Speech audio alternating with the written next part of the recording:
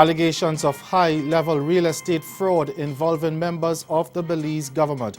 Our top story for Caribbean Newsline for Thursday, July 11 from the CMC News Center in Bridgetown. I'm Ricardo Roberts. Good evening. Thanks for joining us.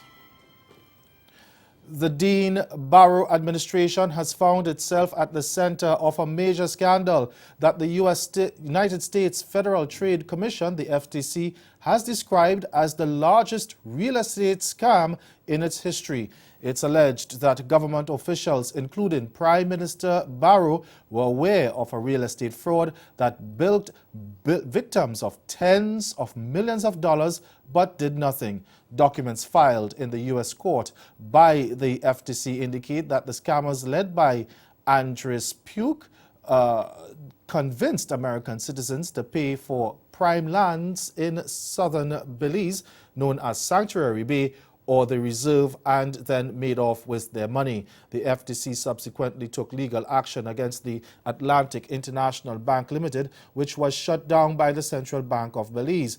But it has made serious allegations against Prime Minister Barrow, his fellow government parliamentarians, and the Central Bank in a civil claim filed last month in the U.S. courts. Now, among the claims were that the Prime Minister was presented with a white paper about Sanctuary Bay Enterprises' significance to Belize, and that he met with the development's representatives in August 2014 after the development's problems were widely known.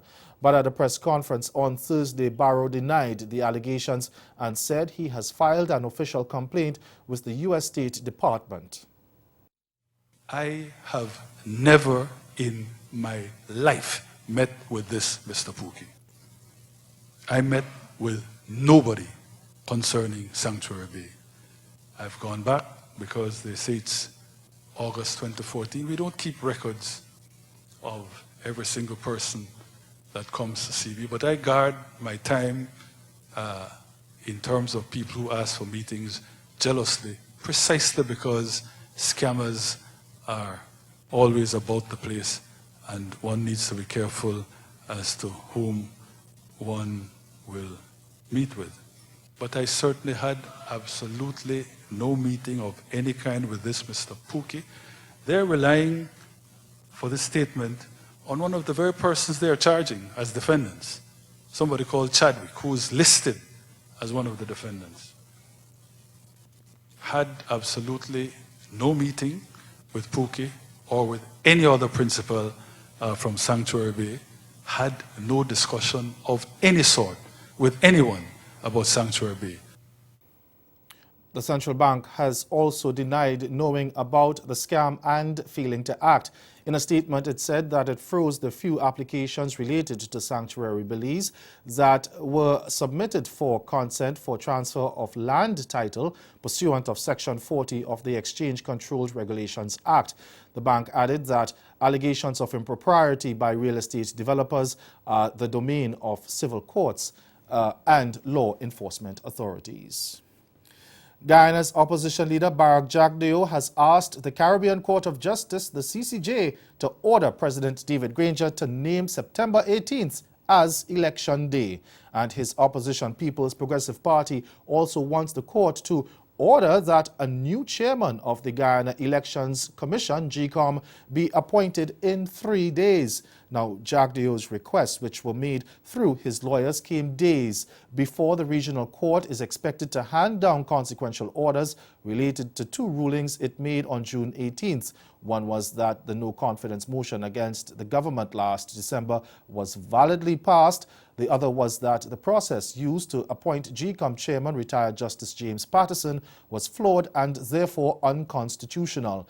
Now, some of the other requests by the opposition party include that the election be held using the current voters list and that the president and his cabinet resign immediately. Jagdeo's legal team, which comprises Trinidad and Tobago Senior Counsel Douglas Mendez and former Guyana Attorney General Anil Nandalal, contended that since the 3-month deadline to hold general elections after the passage of the no-confidence motion had expired on March 21st, the Trinidad-based CCJ should set a new election date that falls within 3 months of the no confidence motion being validated by the court. The lawyers say postponing the election would violate the Constitution as it relates to the passage of a no confidence motion. Staying in Guyana, a policy that required newly hired public servants to work for 3 months before being paid has been abolished. Public Service Minister Tabitha Sarabo Haley said on Thursday she had made checks and inquiries and was unable to find any guidelines to support that policy. She described the practice as unconscionable and said that no new employee of any government agency would have to work for more than a month without being paid after this month. The work before pay policy had been around for decades, but Minister Sarabo Haley said no one appeared to know how and why it was introduced or why it remained in place. Over in Trinidad and Tobago, Prime Minister Dr. Keith Rowley says more than 900 people who worked at the state-owned oil refinery Petrotrin before it closed its doors have been rehired by its replacements. He had previously estimated that 1,000 of the 4,000 plus retrenched workers would be back to work with Heritage Petroleum, the new exploration company, and Paria Fuel Trading, which handles fuel logistics and the energy trading aspect of the business. Out of that 1,000, Petrotrin itself, Heritage, has employed 147 directly, and contractors working for Heritage have employed 534 persons for a total of 681. So of the 800 that we expected them to employ, 681 are on the job. And in Paria, where there was supposed to have been 200, we can account for 129, of which 99 are contractors. He says whether it is public through state or private through contractors, a job is a job, and said jobs are not only those working for the government. Dr. Rowley admitted it was a hard decision to close the refinery and disrupt thousands of families, but said he did not simply abandon workers and toss them to the side. The average, if you divide $2,700 million between 4,626 workers, that's an average of about $500,000 per person. But of course, it's not simple as that. The higher paid people with the longer service would have got more. The lower paid people with shorter service would have got less. But the average of the pool of people that you paid for, $500,000 apiece. And that report from Cindy Raghubar Tikasing of TV6 News. You're watching Caribbean Newsline. The Bank of Jamaica, BOJ, has intervened following reports of a shortage of foreign exchange. A statement from the BOJ on Thursday said $30 million will be sold to authorized dealers and large cambios through the bank's foreign exchange intervention and trading tool. The move follows concerns by the opposition spokesman on finance, Mark Golding, about the shortage of supply in the foreign exchange market. In a news release late Wednesday, Golding had said that over the past 2 weeks, major businesses have not been able to source foreign currency from authorized dealers. He also raised concern that the Jamaican dollar had depreciated by 3% against the U.S. currency since the start of this month. At the close of business on Wednesday, one U.S. dollar traded for 135 Jamaican dollars and 47 cents. Now, Golden had called on the BOJ not to delay intervening to restore calm to the foreign exchange market. He said the frequent volatility over the past year was undermining business confidence and damaging Jamaica's economic performance and prospects. Still to come in Caribbean Newsline, Jamaica's security chiefs warn against a premature end to states of emergencies now in place in parts of the island. We'll have the details of that story and more after the break.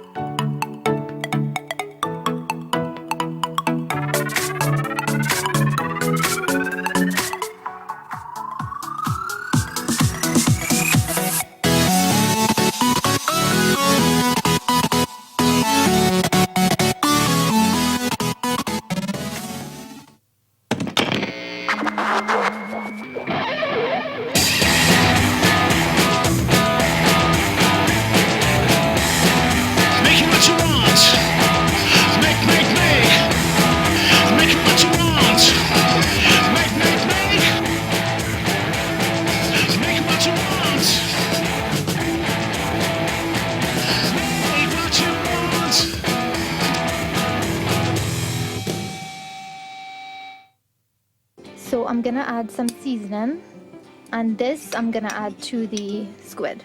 So you're just gonna mix that in. So this is good to take out now. So after the 1.5 minutes is up, you're going back in with the broccoli as well as the bok choy now.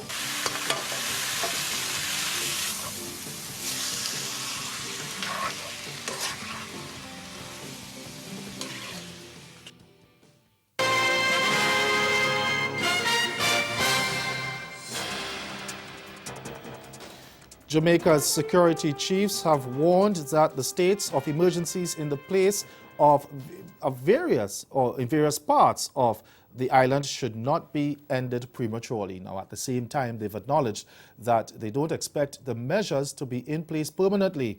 Their comments came days after the latest state of emergency was declared in St. James on Sunday. TVJ's Dion Jackson Miller has that story. Sunday's declaration was the fifth since last year, with St. James now under a state of emergency for the second time in 2 years. They're imposed on the recommendation of the security forces, but the police commissioner and chief of defense staff insist they're neither advocating a permanent state of emergency nor an island-wide one. Apart from the resource issues that were mentioned before about keeping an island-wide state of emergency, we're not advocating that. We're saying that where you actually have very high violence, what this method or tool has shown is that it can rapidly drop that violence in a way that we haven't really seen, and I certainly haven't seen anywhere else in the world, even though I've looked around. What else does it as quickly as this? The short-term plan is to deal with the critical emergency of being in the top 4 in the world for the per capita murder rate. And that short-term fix is going to be measured by when it is back to normal, not by months, not by years. Police Commissioner Anthony Anderson points to other jurisdictions which have spent years bringing down high murder rates. He cites New York and Colombia as examples Jamaica could emulate. We need to use the states of emergency and zones of special operations and investigations using forensics, cyber forensics, ballistics, and interventions at the community level, and increased intelligence capability, and better operational capability, and better communications. But while all that is being put in place, Chief of Defense Staff Rocky Meade argues that any momentum gained will be lost if the states of emergency end too soon. The less disruption we have in using those tools is the faster we will get the rates down. We can't have a disruption in the tool and then there's an insistence that it should work within a certain limited time. Give us the tools uninterrupted and I guarantee you we will have effect. And once the short term will end when the emergency is over. Police and immigration officers in Trinidad and Tobago are searching for 10 men who were among a dozen who escaped from an immigration detention center on Wednesday. The 12, most of them Venezuelans, got away from the center in a repo in the afternoon. But 2 of them, Charlie Jose and Claudio Flores, were subsequently taken into custody. We get more from CNC3's Ryan Bechu. At around 11 p.m. yesterday, officers of the IDC were told by another detainee that Jose and Flores were in a nearby forested area. A landmark location was given and the Venezuelan men were eventually found. They were taken into custody. However, the search continues for the remaining 10 escapees. Police say the men, 11 Venezuelans and 1 Grenadian national, escaped between 3 p.m. and 5 p.m. yesterday during an airing exercise. According to reports, the men who escaped on the eastern side of the perimeter after cutting a hole in the fence. This is the 3rd breakout from the IDC this year. In April, 5 men escaped and 2 broke out of the facility in March.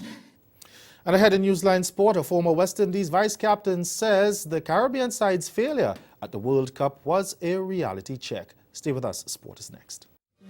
French Guyana, Cayenne. Actually, I didn't know that. I just learned that offset. But comme ça. Non. Okay, c'est mes parents ont fait. Haïti. Haïti. So, vous faites dans French Guiana, mais you live in Paris. Yes. Pour toute vie. Yes. Okay. So, what is the importance or qui importance lié pour where culture style la musique? Penser que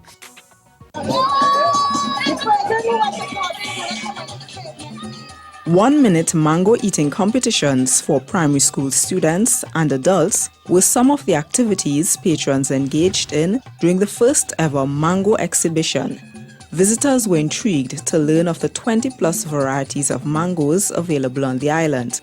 Persons also sampled and purchased products made from the fleshy fruit, which included chips, amcha. No one will.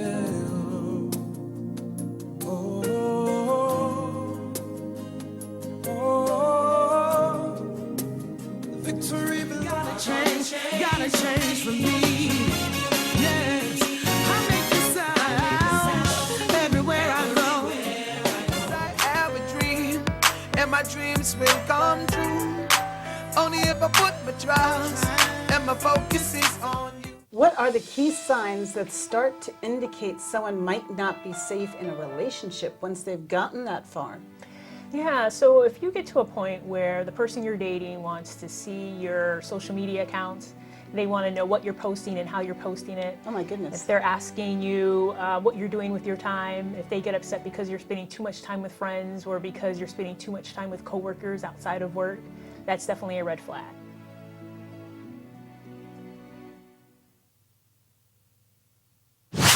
Coming up, top draw acts, influential players, all making moves during Caribbean Week New York. A familiar scenario for hotel icon Sir Royston Hopkins. When it comes to Barbados tourism, it's win-win for everyone. Cultural entertainment, fashion, music. It's all next on Caribbean Passport on this station.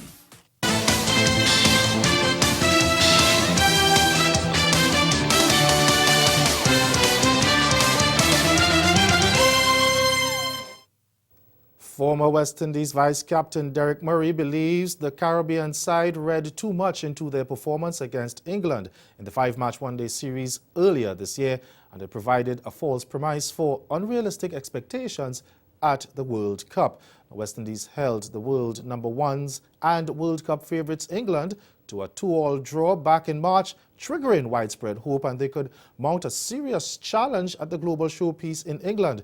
But they managed just 2 wins in 9 outings in the tournament to finish 9th in the 10-team standings, only above Minnows Afghanistan, who were playing in their first World Cup. Murray was speaking on Voice of Barbados' Mason and Guest program. If we are realistic, just before the tournament, Bangladesh had beaten us in a tournament with Ireland. Afghanistan has beaten us fairly regularly over the odds. I think there was a bright spark in the tournament that we played with England, and we forgot to look at the fact that England came almost on holiday, a little winter break. They were caught very complacent. They played bad cricket rather than we played excellent cricket, although the result was excellent. And I think that buoyed our hopes that we could compete with the top boys. The former Cricket West Indies director said the team faced several challenges heading into the tournament, which eventually proved impediments to performance. Now, more importantly, he said a reality check was needed regarding the West Indies side and their ability to deliver consistent results. New team selection, we weren't sure that we had the best 15 players there. That was confirmed. We weren't sure that the players were fit enough. We weren't sure that the players were mentally prepared. We weren't sure that, we had the right leadership, the coaching staff, etc., etc. And, they were proved all right in the analysis. So we have to accept and temper our disappointment with the fact that reality stepped in, and it's a very good opportunity for us to say, look, this is what the reality is. We are the number 9 or number 10 team in the world.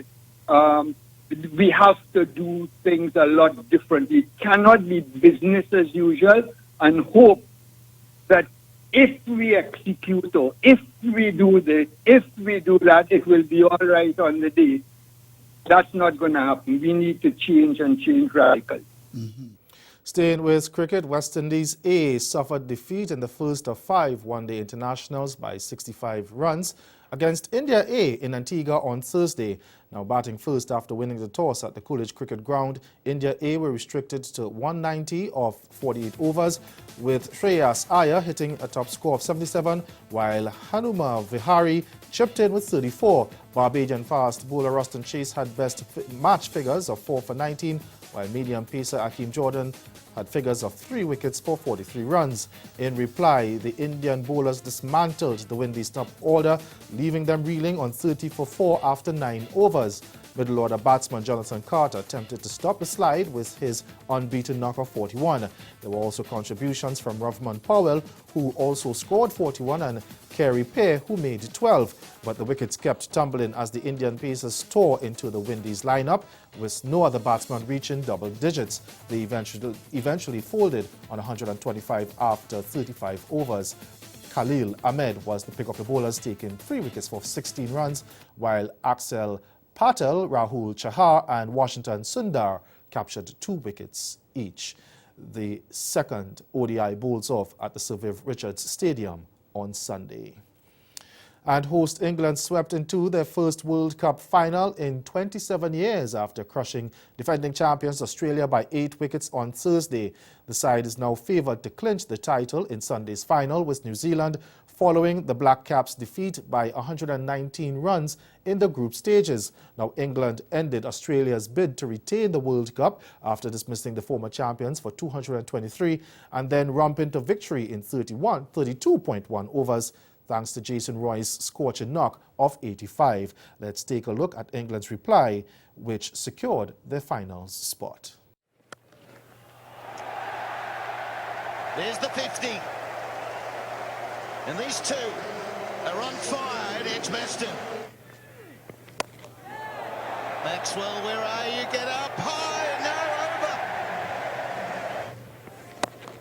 Oh, he's going to keep going. Straight down, back-to-back sixes. Haven't been able to get anything out of it. That's up here in the commentary box. You liked it too.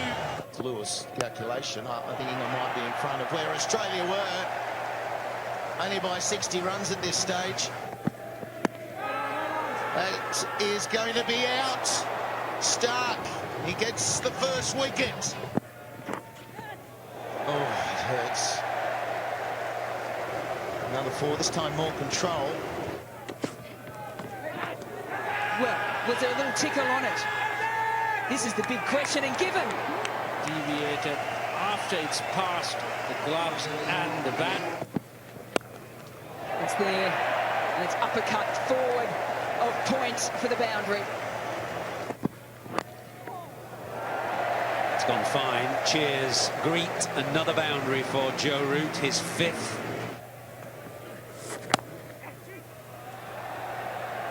Morgan again.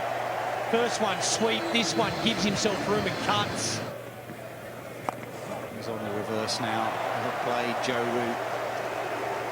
They're in a hurry to get down to northwest London. Swatted away, leg side in front to square. That'll be 4 more for Root. He moves into the 40s. Hit away over mid-on. How fitting it is that Captain Morgan is the man that leads his team to Lord's for a World Cup final. First time since 1992. And switching sports now, Cayman Islands ruggers missed their chance of qualifying for next year's World Rugby Tournament after losing to Jamaica and Trinidad and Tobago in the just concluded Rand's Sevens qualifier. But they beat Guyana 14 goals to 12. Cayman 27 Jordan Aminis gives us a rundown of the matches played at the Truman Bodden Sports Complex.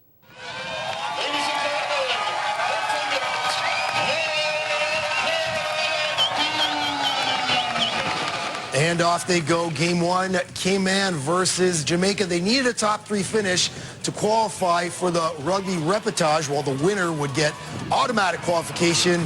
Male and female winners. They wouldn't get off to a very good start, however, losing 47-0 to Jamaica in game one. However, they'd rebound with a win over Guyana. What's with Cayman defeating Guyana so much, and a loss to Trinidad and Tobago, putting them third in Group B into Sunday's quarterfinal. And there it was Sunday morning. Cayman in tough from the get-go versus Mexico. Down 12-0 at half, but they battle back. Big run from Justin White. Kumi Parker picks it up, runs it in for the try, but it was too little too late. Cayman loses 12-7, eliminated from Olympic qualifying. Here's Captain Robbie Cribb on what went wrong. Yeah, we definitely felt we had a good chance. Looking at Mexico past couple of years, we haven't done so well. Looking at them this year, looking at our squad this year, we knew we had a shot all the way through. Even going down 12-0 in the half, we were never out of it. Going into day 2, we definitely expected a semifinal. So we didn't achieve that goal. No excuses. Yeah, we said a few calls didn't go our way, but hats off to Mexico. They did play right to the end, so cheers to them. And that's the sports. Stay with us. We'll be right back.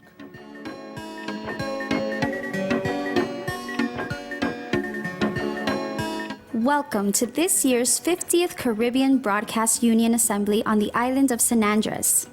San Andres is a small archipelago located in between Jamaica and Panama in the western Caribbean Sea.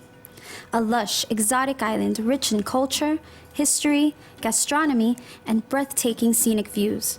Known for its beaches and 7-colored crystalline waters, the island of San Andres will be proudly hosting this year's event.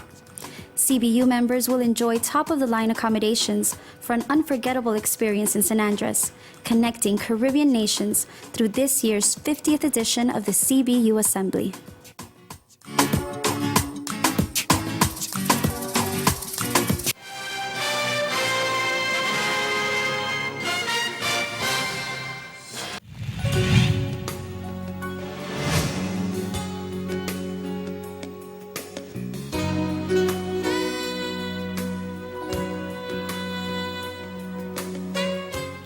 Again, the major developments of this day: Belize Prime Minister Dean Barrow and other government officials accused in a civil suit in the United States of being aware of a real estate fraud that built victims of tens of millions of dollars, but nothing to stop it. And former West Indies Vice Captain Derek Murray says the Caribbean side's failure at the World Cup was a reality check. That's Caribbean Newsline. For news and sports round the clock, subscribe to CaribNews.com. For more of our programming, log on to CaribVision.tv and check out our YouTube channel. We'll be back here again tomorrow, but from all of us at CMC News, thank you for watching. Have yourselves a wonderful evening.